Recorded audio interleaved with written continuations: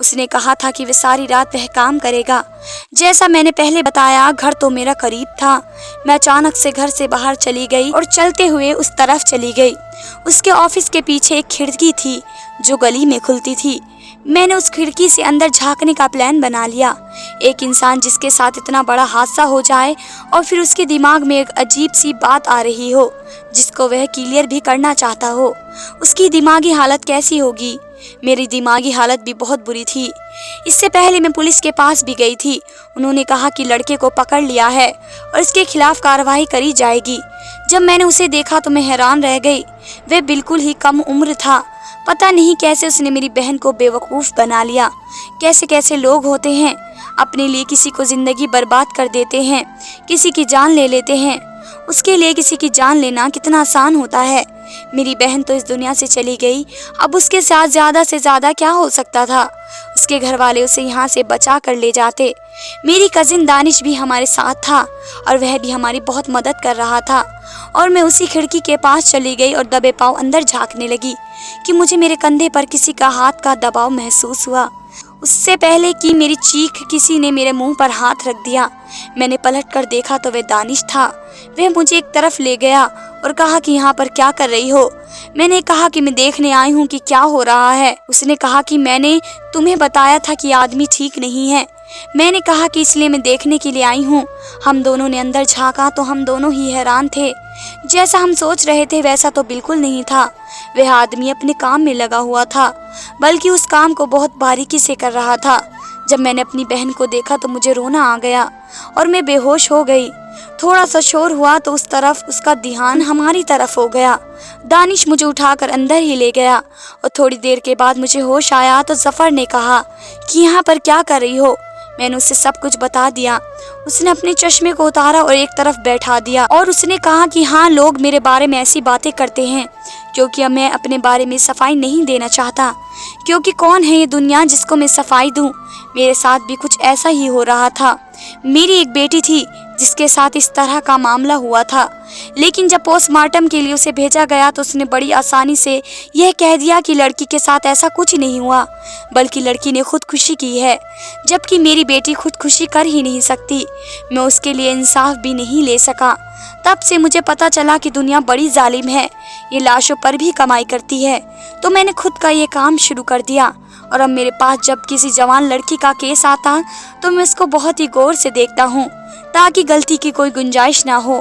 میرے پاس لوگ آتے ہیں، رشوت دینا چاہتے ہیں، لیکن میں کسی سے رشوت نہیں لیتا۔ اس دنیا میں تو انصاف ملتا نہیں، کم سے کم جو دنیا سے چلا گیا اس کو تو انصاف مل جائے، اس لیے میں اس کام میں زیادہ دیر لگاتا ہوں۔ لوگ میرے بارے میں ایسی باتیں کرتے ہیں کیونکہ جو حق پر ہوتا ہے اسے خلاف ہمیشہ ہی باتیں ہو جاتی ہیں۔ اس نے مجھے تسلی دی اور کہا کہ مجھے بہت افسوس ہے کہ تمہاری بہن تو واپس نہیں آئے گی، لیکن اس سے انصاف ملے گا۔ میری آنکھوں میں آنسو آ گئے اور میں نے ان سے معافی مانگی کہ آپ مجھے معاف کر دیں، میں نے ان کو غلط سمجھا تھا۔ میری بہن کا کفن دفن ہو گیا اور اس لڑکے پر ہم نے کیس کر دیا۔ ہم اسے معاف کرنے کے موڈ میں بالکل نہیں تھے۔ ہم نے کہا کہ ہم اسے معاف نہیں کریں گے۔ دانش نے اس معاملے میں بہت ساتھ دیا اور اپنی ماں کے خلاف جا کر یہ اعلان کر دیا کہ وہ میرے ساتھ شادی کرے گا۔